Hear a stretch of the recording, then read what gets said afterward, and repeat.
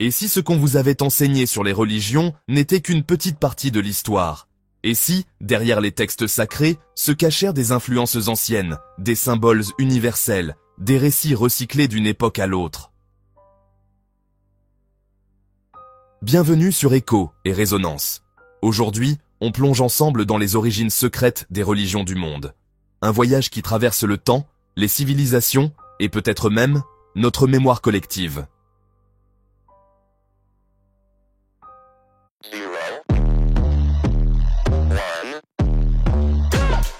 Let's get started.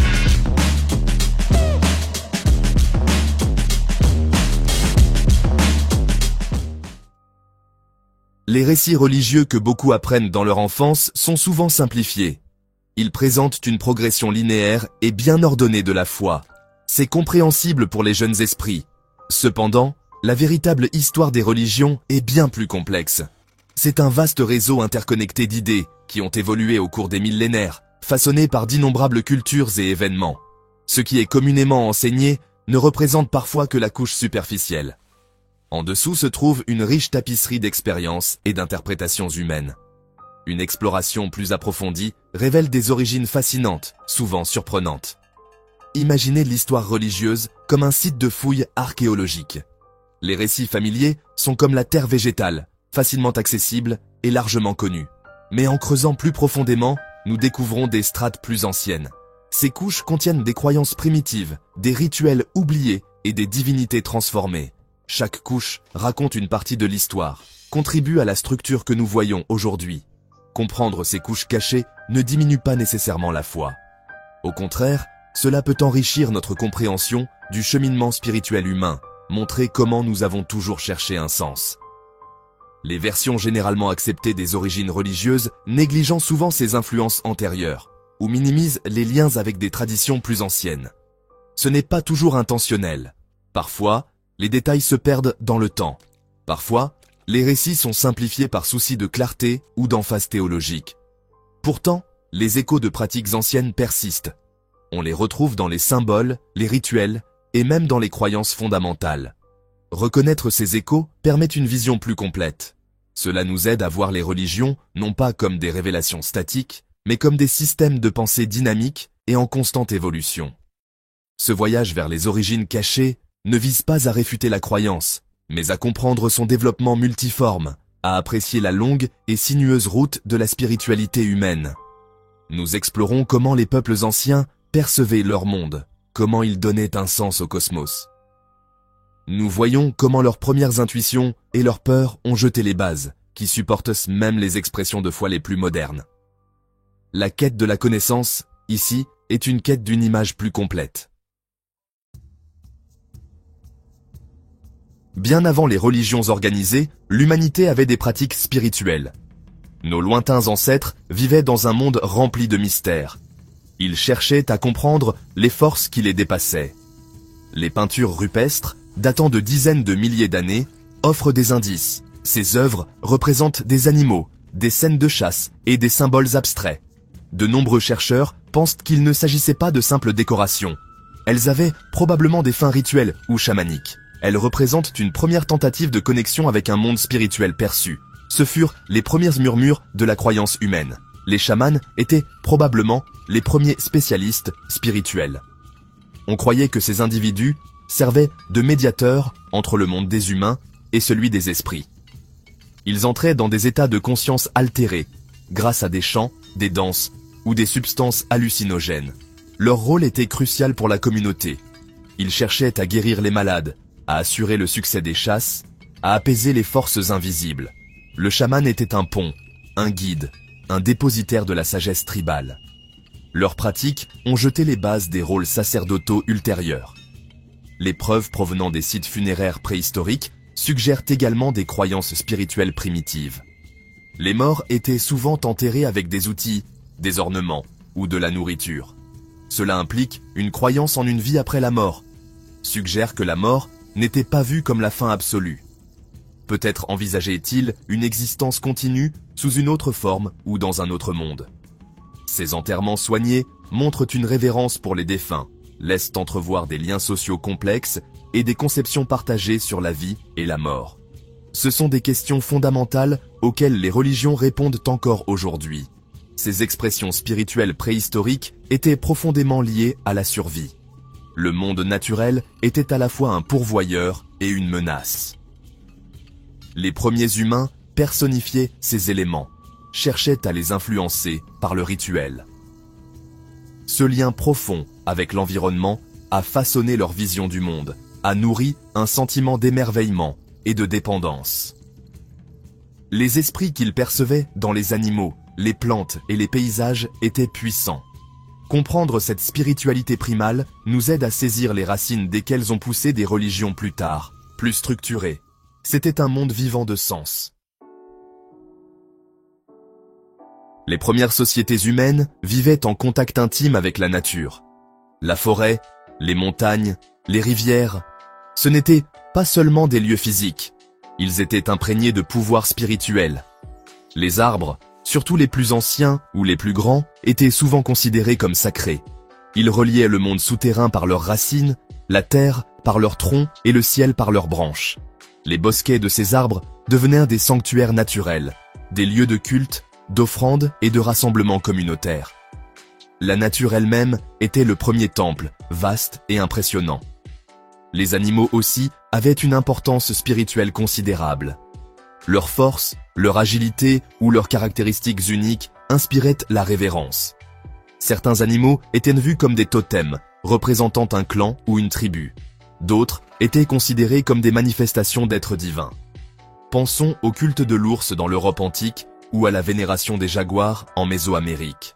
Ces croyances reflétaient une compréhension profonde du comportement animal, ainsi qu'un désir de se connecter avec l'esprit ou l'essence perçue de ces créatures. Les humains se voyaient comme faisant partie d'un monde plus vaste, animé. Les cycles naturels ont profondément influencé les premiers systèmes de croyances. Le changement des saisons, les schémas de croissance et de décomposition, la vie et la mort, c'étaient des réalités fondamentales. Des rituels ont été développés pour marquer ces transitions. Les solstices et les équinoxes étaient particulièrement importants. Ils signalaient des changements dans le calendrier agricole, étaient des moments de réflexion et de célébration collective. Ces observances cycliques renforçaient l'idée d'un cosmos ordonné, fournissaient un cadre pour comprendre le temps et l'existence. Les rythmes de la Terre étaient des rythmes sacrés. Les sources d'eau, comme les sources et les rivières, étaient également essentielles au culte de la nature. L'eau est essentielle à la vie. Sa présence signifiait fertilité et nourriture. Son absence signifiait sécheresse et souffrance. Les sources étaient souvent vues comme des dons de la terre. Les rivières étaient des voies de passage, parfois considérées comme des entités divines elles-mêmes. La purification rituelle par l'eau est une pratique ancienne qui a persisté dans de nombreuses religions jusqu'à ce jour. Cette révérence pour les éléments de la nature a formé une composante essentielle de la conscience spirituelle la plus ancienne de l'humanité. C'était une foi directe, expérientielle. Le ciel nocturne était le premier grand livre d'histoire de l'humanité. Ses pages étaient remplies d'étoiles scintillantes et de planètes errantes. Les peuples anciens observaient ces corps célestes avec diligence. Ils voyaient des motifs, des cycles et des présages dans leurs mouvements. Le soleil, spectacle quotidien de puissance, est souvent devenu une divinité principale. Il apportait la lumière, la chaleur et soutenait la vie elle-même. Son lever et son coucher dictaient le rythme de l'existence. De nombreuses cultures anciennes vénéraient les dieux solaires, célébrant leur énergie vitale. Le cosmos était vivant. La lune, avec son visage en constante évolution, inspirait une profonde admiration. Ces phases fournissaient un moyen fiable de mesurer le temps. Elles gouvernaient les marées et, dans de nombreux systèmes de croyances, les émotions humaines ou la fertilité. Les divinités lunaires étaient courantes dans diverses cultures. Elles représentaient fréquemment le mystère, les cycles, l'intuition et le principe féminin. La douce lumière de la lune offrait un contraste avec l'éclat ardent du soleil. Ensemble, ils exécutaient une danse cosmique. Les humains regardèrent ce ballet céleste chaque nuit, percevant des récits divins se dérouler au-dessus d'eux. Les planètes, les étoiles errantes, ajoutaient une autre couche de complexité. Leur trajectoire, apparemment erratique à travers les constellations, intriguait les premiers observateurs du ciel. Ces voyageurs célestes étaient souvent interprétés comme des messagers des dieux, ou considérées comme des divinités mineures, chacune ayant des influences spécifiques. Mars, avec sa teinte rougeâtre, était fréquemment associé à la guerre et au conflit. Vénus, l'étoile brillante du matin et du soir, était liée à l'amour et à la beauté. Observer leurs mouvements était une science sacrée, un moyen de deviner l'avenir ou de comprendre la volonté divine. Les comètes, les météores et les éclipses étaient des événements célestes inattendus. Ils interrompaient de façon dramatique le rythme cosmique prévisible. Ces phénomènes étaient souvent considérés comme de puissants présages. Parfois, ils annoncèrent la bonne fortune. D'autres fois, le désastre ou un changement significatif. Ils servaient de puissants rappels de force bien au-delà du contrôle humain. L'univers, semblait-il, communiquait à travers ces manifestations spectaculaires. Les premières religions ont développé des mythologies et des rituels complexes en réponse. Elles écoutaient attentivement les messages du ciel. Le ciel était un texte sacré. L'alignement avec les cieux et les influences astronomiques sur l'architecture sacrée. Les civilisations anciennes n'ont pas seulement observé le ciel, elles ont construit en accord avec lui. De nombreuses structures monumentales, des cercles de pierre aux pyramides, montrent des alignements astronomiques délibérés. Stonehenge, en Angleterre, par exemple, s'aligne célèbrement avec les solstices. Le soleil levant du solstice d'été brille directement au cœur du monument. Cela suggère qu'il était utilisé à des fins calendaires, ou peut-être pour des rituels liés au cycle solaire. Ces bâtisseurs possédaient des connaissances astronomiques sophistiquées qu'ils ont encodées dans la pierre.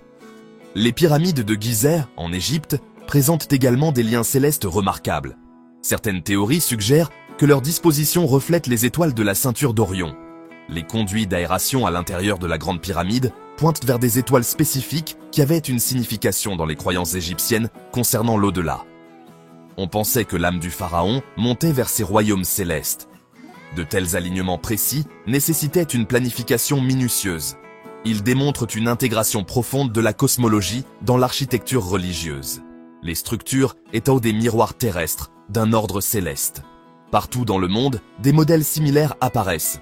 Les temples mayas d'Amérique centrale, comme El Castillo à Chichen Itza, sont alignés sur les événements solaires. Pendant les équinoxes, une ombre en forme de serpent semble descendre son escalier. Cela représentait le dieu Kukulkan. En Amérique du Nord, les anciens monticules construits par les peuples autochtones montrent également des alignements solaires et lunaires.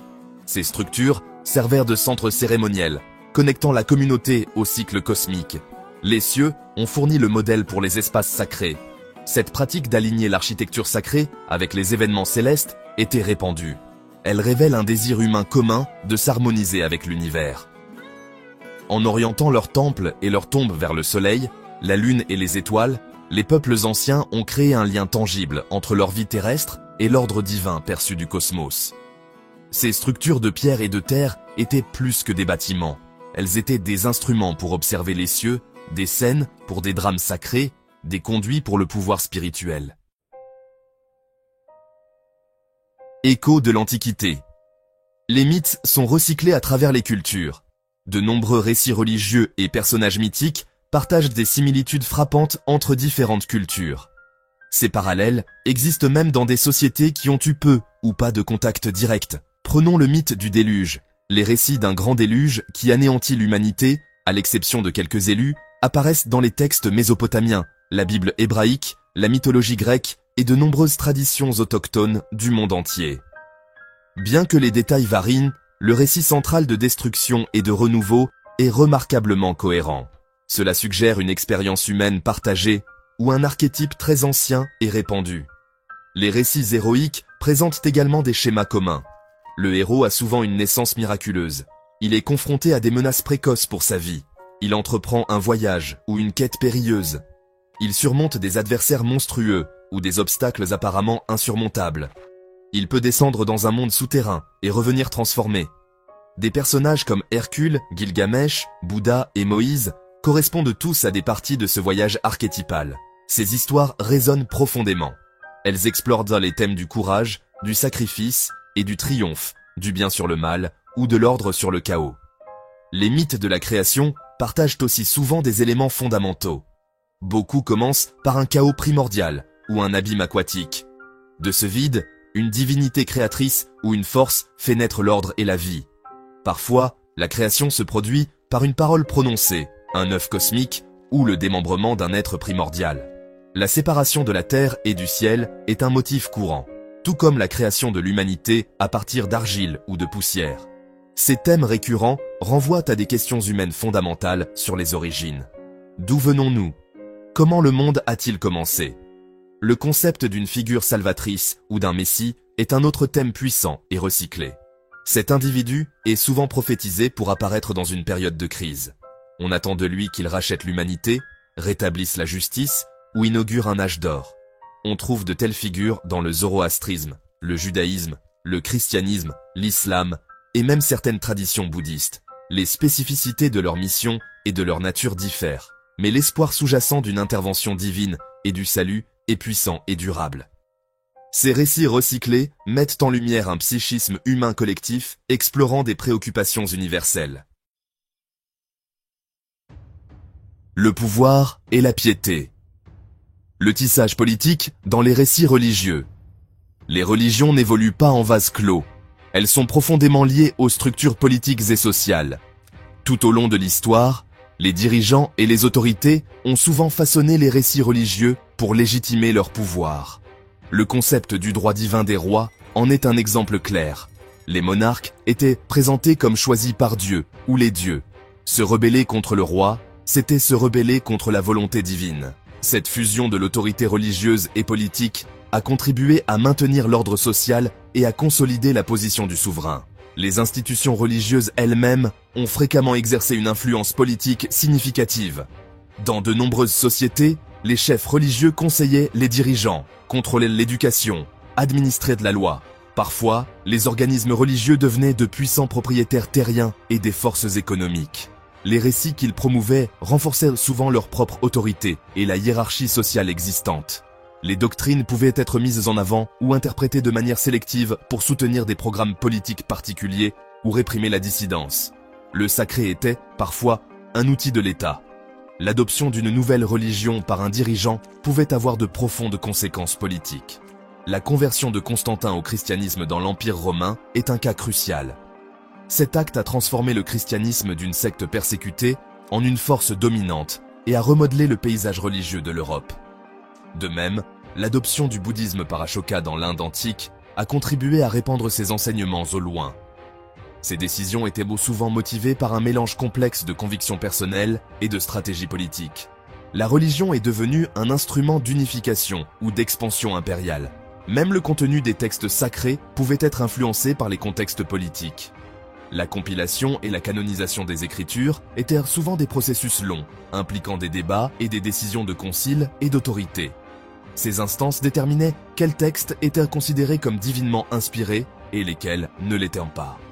Des considérations politiques ont parfois joué un rôle dans ces choix. Les récits qui soutenaient les structures de pouvoir en place pouvaient être favorisés, tandis que ceux qui les remettaient en question pouvaient être marginalisés ou exclus. Ainsi, la piété et le pouvoir ont souvent cheminé main dans la main. L'échafaudage social. Comment la société a façonné les structures religieuses? La religion a toujours été une force puissante pour façonner les normes et les valeurs sociales. Elle fournit aux communautés un ensemble de croyances partagées, offre des codes moraux et des lignes directrices pour le comportement.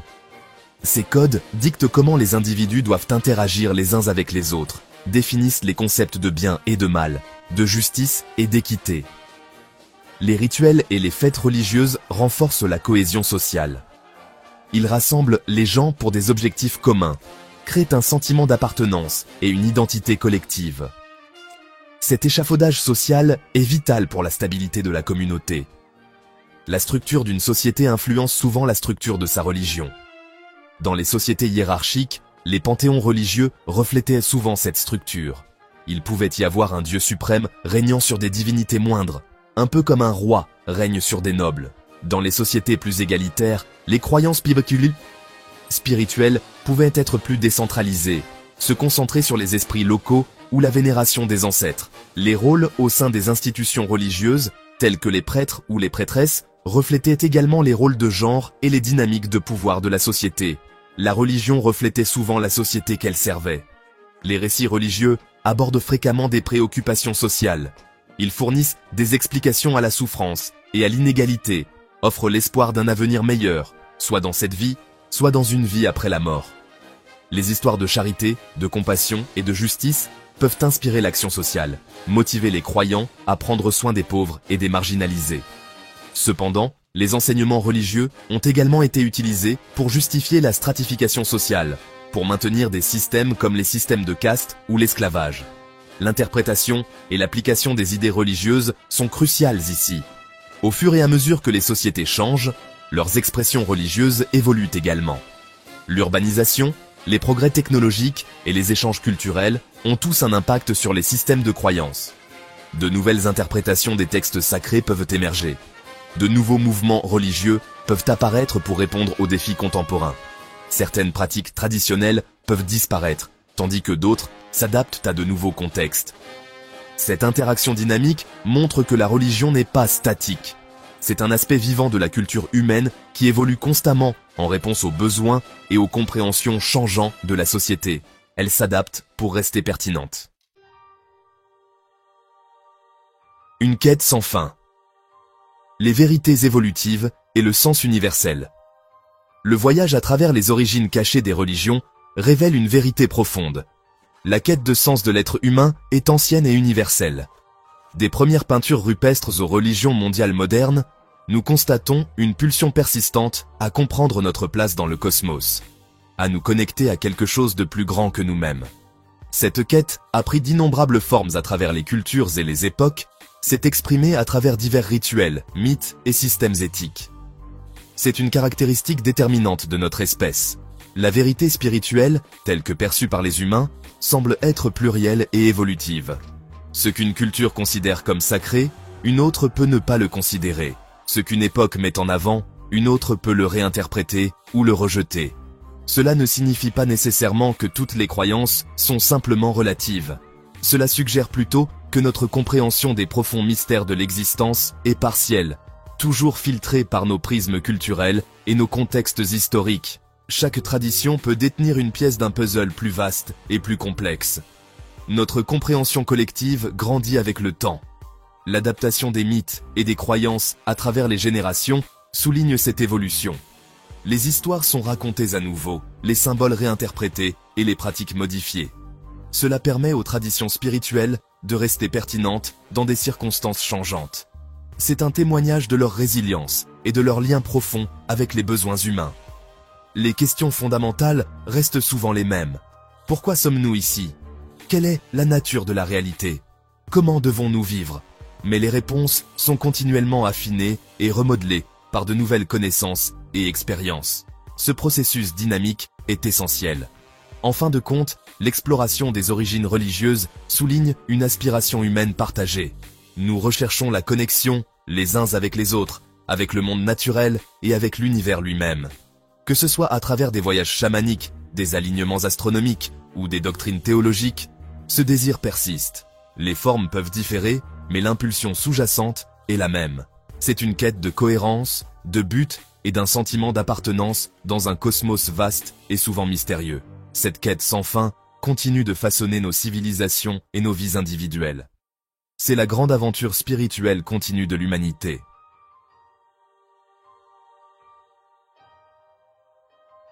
Les origines des religions du monde ne sont pas figées dans des livres. Elles sont gravées dans les étoiles, dans la terre, dans les rêves des anciens et dans les résonances que tu portes en toi. Alors, la prochaine fois que tu entends un mythe, une prière, une parole sacrée, demande-toi, et si ce n'était qu'une version d'une histoire bien plus ancienne, bien plus vaste et encore inachevée? Tu as aimé ce voyage? Dis-moi en commentaire. Quelle origine spirituelle te parle le plus? Et si tu veux d'autres épisodes sur les mythes fondateurs, les dieux oubliés ou les spiritualités interdites, abonne-toi à Écho et Résonance.